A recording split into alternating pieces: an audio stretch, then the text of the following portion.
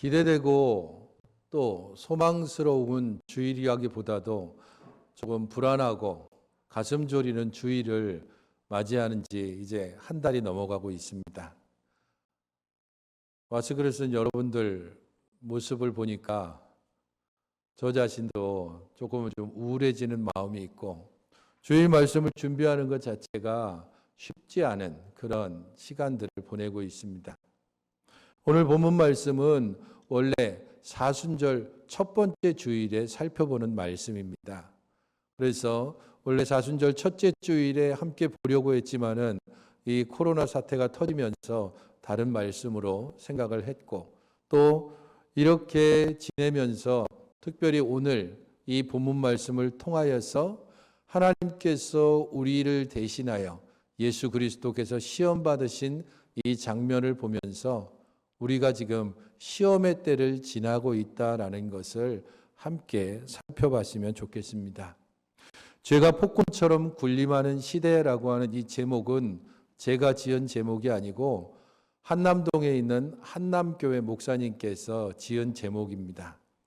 제목이 너무 좋아서 그 교회 목사님께 전화를 드려서 제가 설교를 하려고 하는데 이 제목을 좀 써도 되겠습니까? 이렇게 부탁을 드리고 목사님께서 써도 된다라고 허락해서 그래서 이 제목을 썼습니다. 죄가 폭군처럼 군림하는 이 시대 가운데서 우리들이 이 시험의 때를 어떻게 지내야 하는지, 죄가 우리 위에 군림하고 우리를 다스리고 우리를 시험할 뿐 아니라 아예 우리를 끌고 가는 그러한 시대 가운데서 우리 자신들이 믿음 안에 선다는 것이 어떤 것인지, 믿음을 굳게 지킨다는 것이 무엇인지 흔들리는 상황 가운데서 주께서 이 시험을 이긴 말씀들을 보면서 우리들도 이 시험의 때를 함께 지날 수 있으면 좋겠습니다.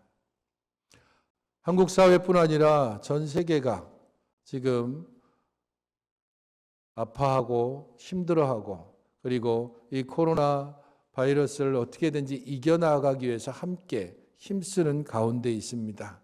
경험하지 못했던 수많은 일들이 우리가 지금 경험하고 있는 시절을 보내고 있습니다.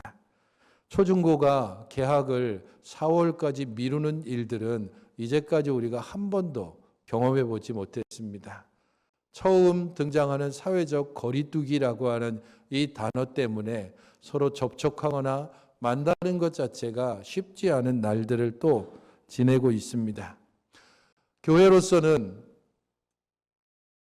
6.25 때도 중단되지 않았던 주일 예배를 이 사회가 거세게 예배를 중단하라고 그렇게 요구하고 있고, 많은 교회가 또 함께 완전히 가정 예배로 전환을 하든지 아니면 저희처럼 이렇게 함께 모여드리는 공중 예배와 그리고 함께 가정 초소에서 이 예배에 함께 동참하는 두 가지를 함께 병행하는 그런 일들이 한국 교회에서 처음 또한 겪는 일이기도 합니다.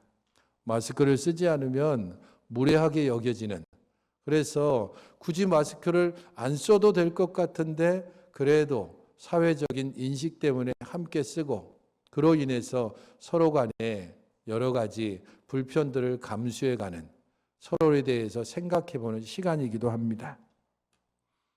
모두가 다 처음 겪는 일이고, 지나고 나면 이런 일들을 통하여 우리가 배울 교훈들이 있을 것입니다.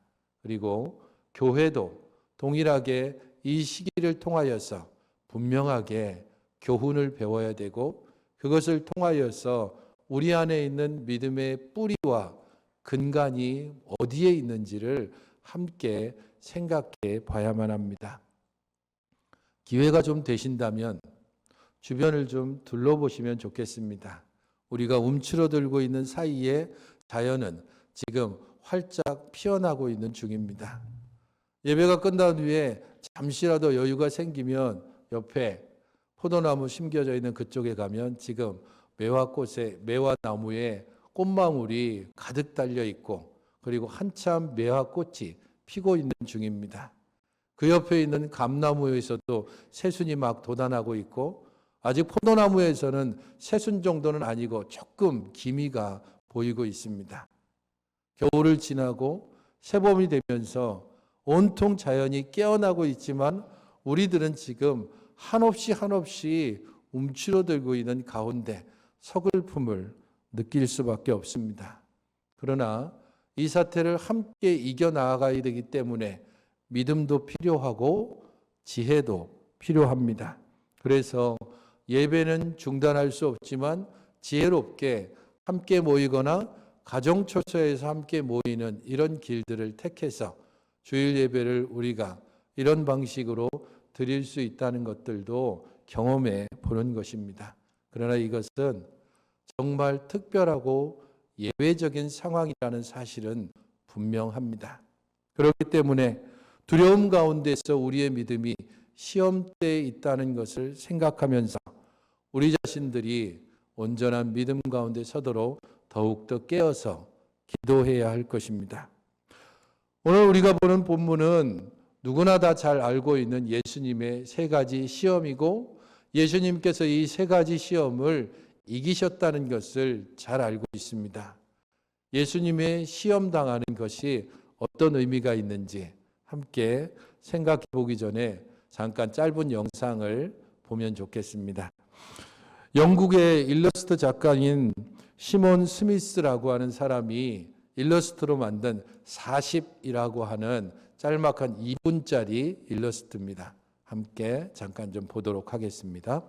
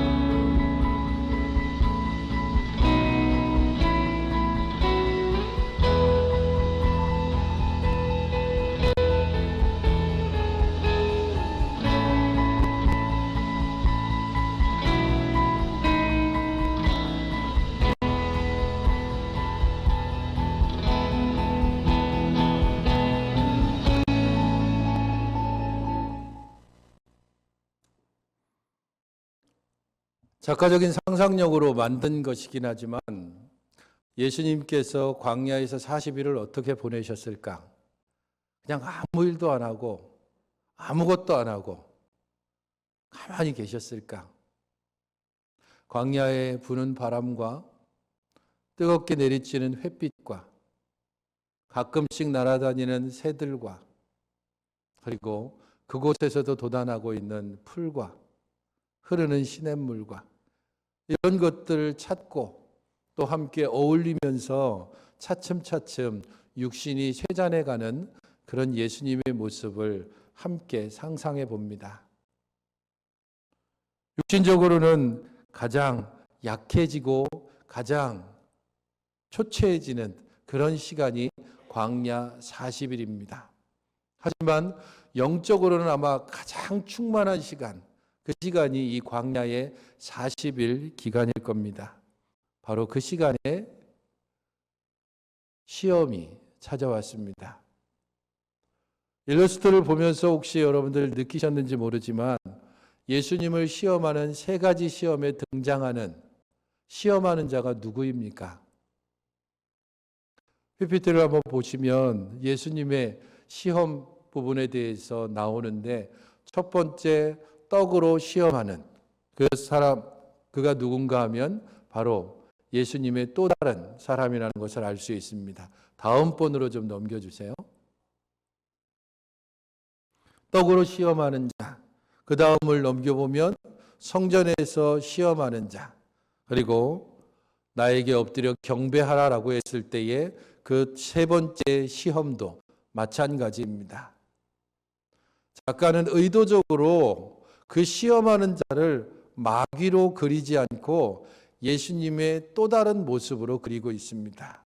어쩌면 우리 속에 있는 내면이 외부에서 오는 그 어떤 것들이 아니라 우리 안에 있는 것이 어떤 때 가장 영적으로 높아졌지만 육적으로는 가장 초췌해지고 약해진 바로 그때에 가장 필요한 것으로 우리를 시험하며 다가오는 것, 그것이 바로 사탄입니다. 그리고 그것은 우리들 내면의 목소리일 수 있고 우리 안에 있는 잘못된 말씀에 근거한 믿음이 우리를 또한 시험할 수도 있습니다. 중요한 것은 예수님께서 이 시험을 물리치셨고 결국은 사탄은 물러나고 천사들이 예수님을 시중 들었다라고 말씀은 결론을 맺고 있습니다. 그리고 이 예수님의 시험은 분명코 이스라엘 백성들이 광야에서 40년 동안 시험받았던 것을 다시 한번 우리에게 알려줄 뿐만 아니라 예수님의 이 시험은 우리 인류가 시험과 고난과 그리고 고통 가운데 있을 수밖에 없었던 첫사람 아담이 살았던 에덴 동산으로 우리를 이끌어 갑니다. 그 에덴 동산은 모든 것이 만족하고 모든 것이 풍성하고 죄가 지배하지 못하는 곳이었습니다. 그 당시에도 여전히 사탄이 있었으니 죄라는 것은 있었습니다.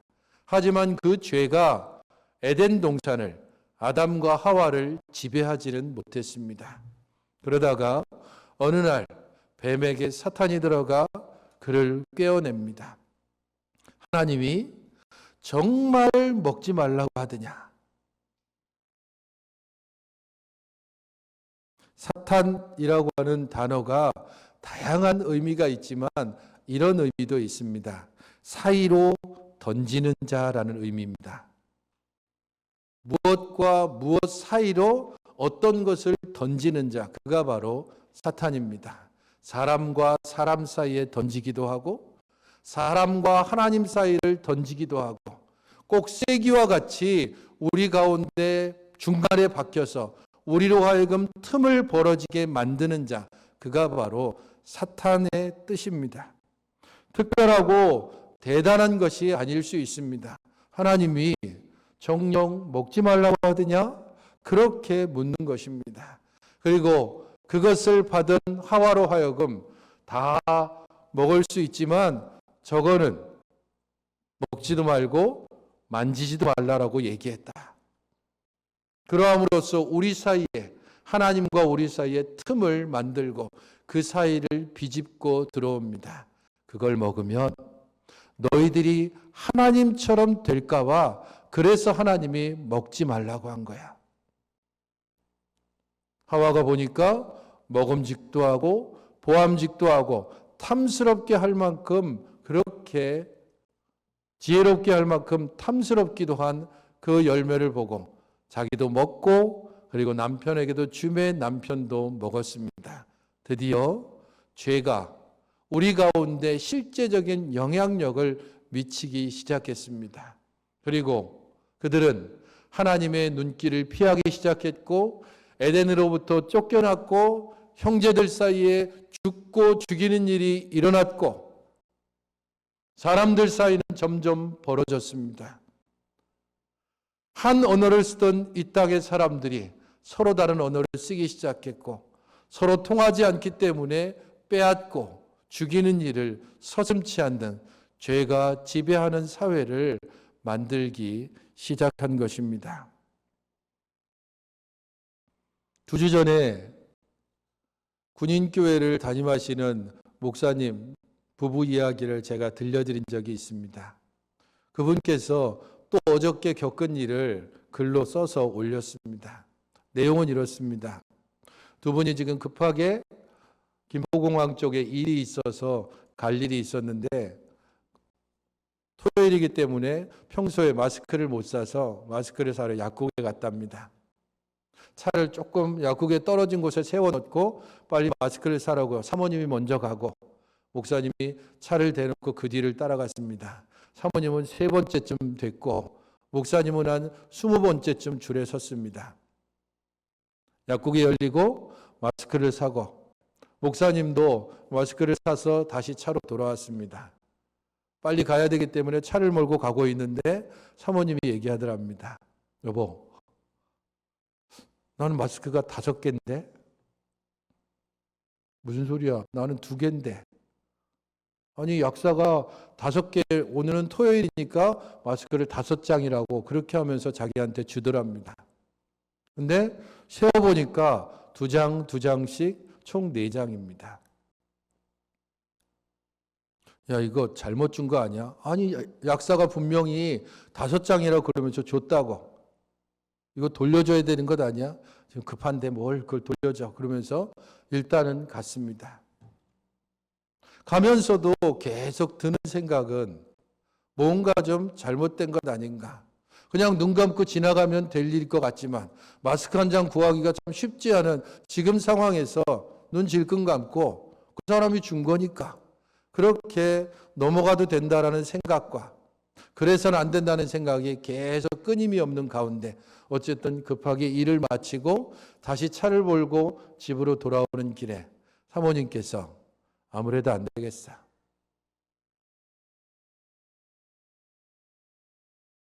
괜히 이걸 붙들고서 내가 이 마스크 2개 때문에 계속해서 마음의 부담감을 가지고 있는 거 안 되겠다고. 그래서 약국으로 갑시다. 약국에 가서 그 2장, 이게 아무래도 잘못된 것 같다고 돌려주니까 그렇지 않아도 약사가 한 세트가 모자라서 그것 때문에 온통 여기저기를 뒤지고 이게 누구에게 나가는지를 다 기록해야 되는데 하나가 없어졌으니까 혹시 그것 때문에 잘못될까 봐 마음 졸이고 있었다면서 너무 감사하다고 그렇게 말하는 것을 들으면서 마스크 하나가 시험이 되는 이 시대 가운데 그것보다 훨씬 큰 시험을 우리는 과연 이겨낼 수 있을까?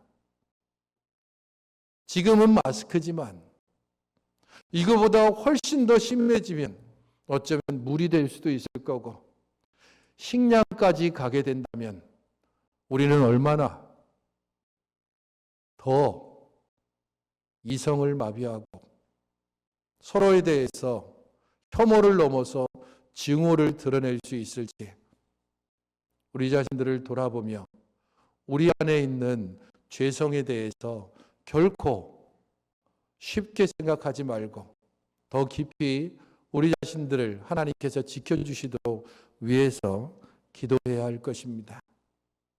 주께서 시험 받으셨습니다. 40일을 밤낮으로 금식한 후에 줄이셨다라고 말씀하고 있습니다.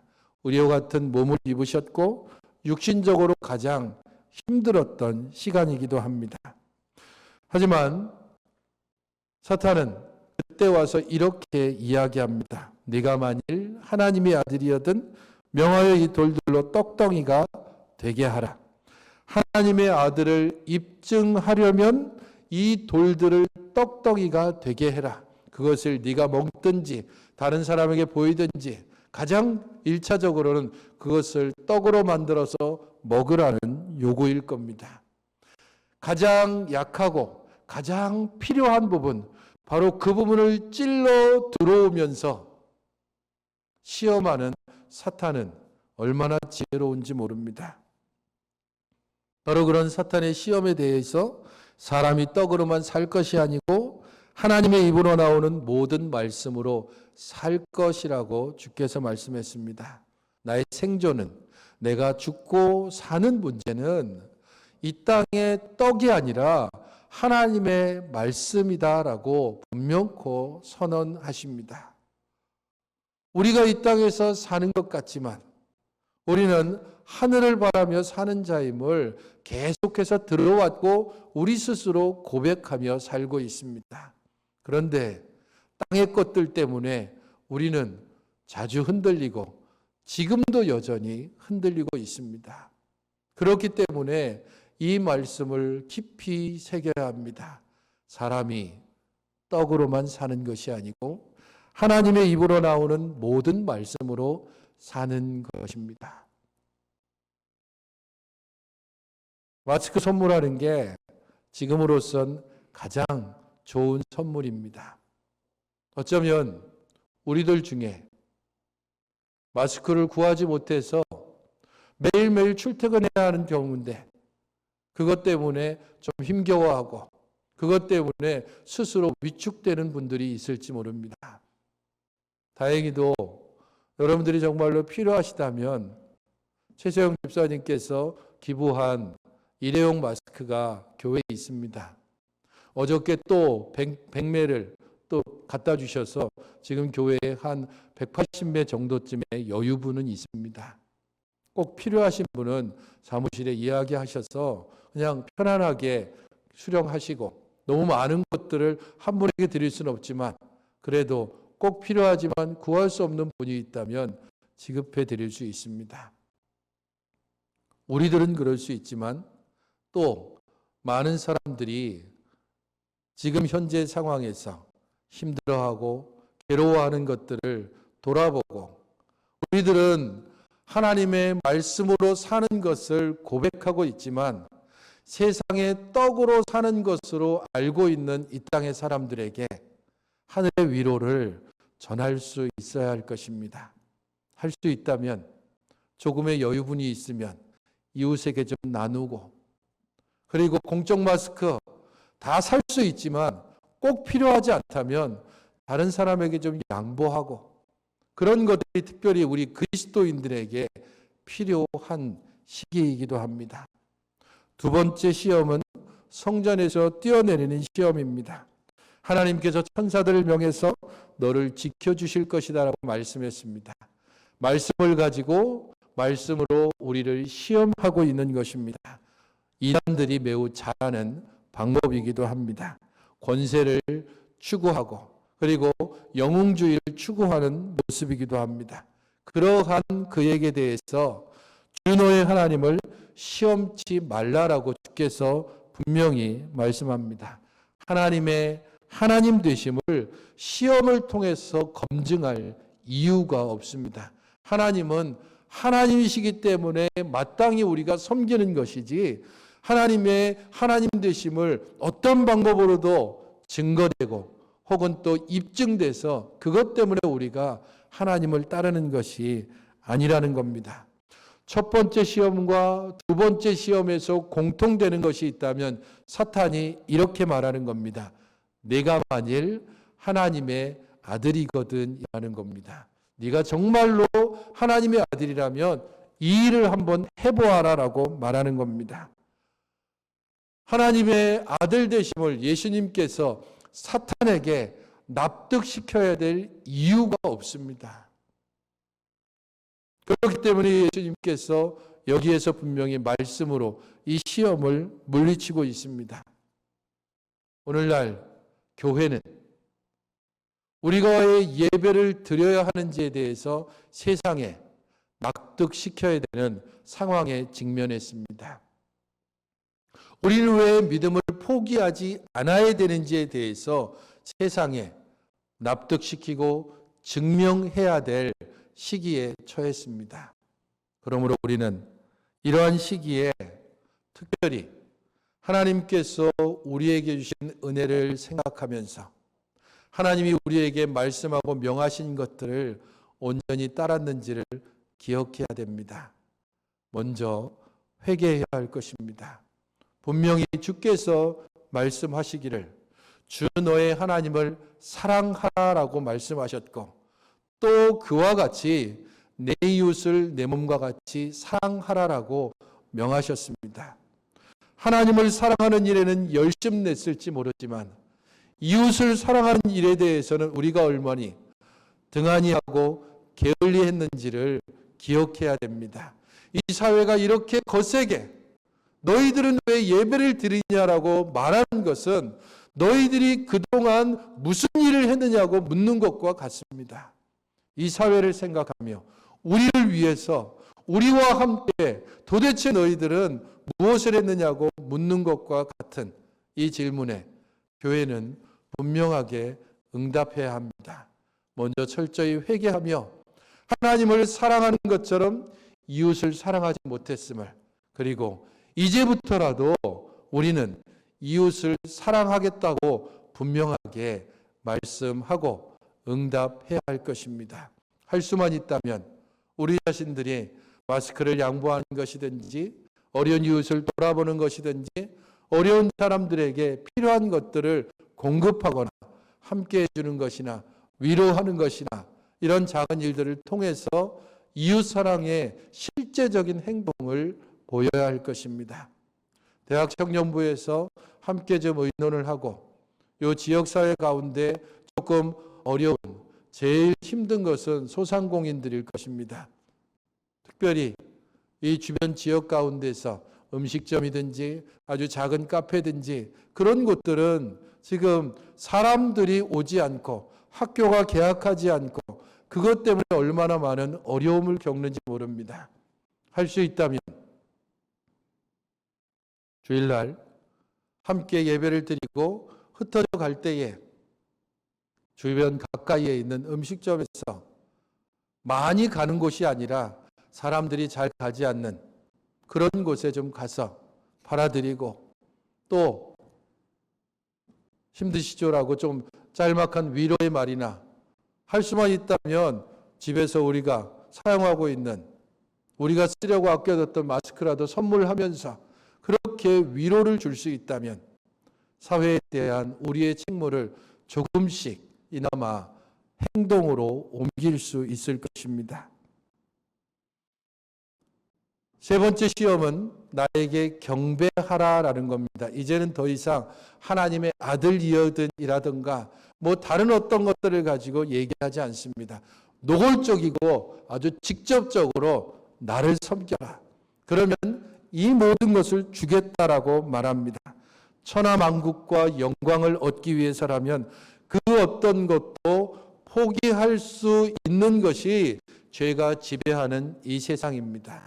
아주 작은 것 때문에 죽고 죽이는 일, 사기를 치고 수많은 이 땅에서의 부패와 그리고 탐욕스러운 일들이 벌어지고 있습니다.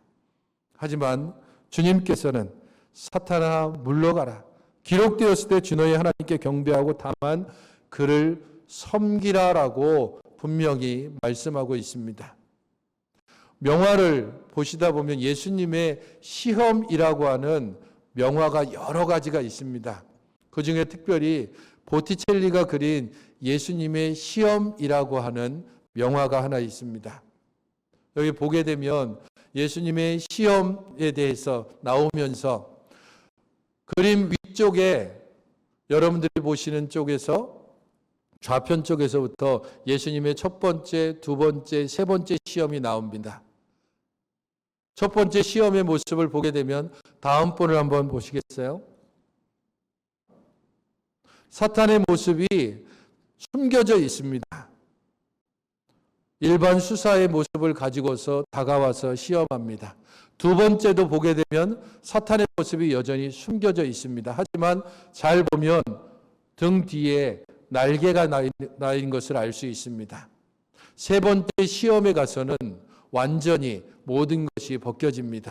그가 노골적으로 예수님께 다가오는 것처럼 예수님께서 그것을 물리치셨을 때에 사탄의 실제 모습이 드러나는 것입니다. 그것이 우리들의 연약한 믿음이든지 아니면 죄로 뭉쳐서 우리에게 다가오는 세상이든지 그 어떤 것이든지 간에 세상은 우리를 시험하며 그것이 사탄이든지 우리들의 내면의 모습이든지 끊임없이 우리에게 다가와 우리의 연약한 모습을 파고들 것입니다. 이 모든 것을 이길 수 있는 길은 유일하게 한 가지밖에 없습니다. 주께서 하셨던 것입니다. 하나님의 말씀을 기억하고 그 말씀 가운데 온전히 서는 것입니다. 주의 말씀이 시험을 이기게 하며 주의 말씀이 고난을 이기게 하고 주의 말씀이 각종 장애물들을 넘어갈 수 있는 힘과 용기를 우리들에게 주시는 것입니다. 주께서 시험을 이기셨습니다. 죄가 지배하는 세상이지만 사탄의 모습으로 혹은 우리 안에 있는 내면의 모습으로 끊임없이 우리를 지배하고 폭군처럼 우리를 끌고 가려고 하지만 하나님의 말씀 가운데 우리가 든든히 설 때에 우리는 그 폭군으로부터 벗어나 우리를 다스리시고 보호하시는 하나님의 손길 안에 머물 수 있습니다.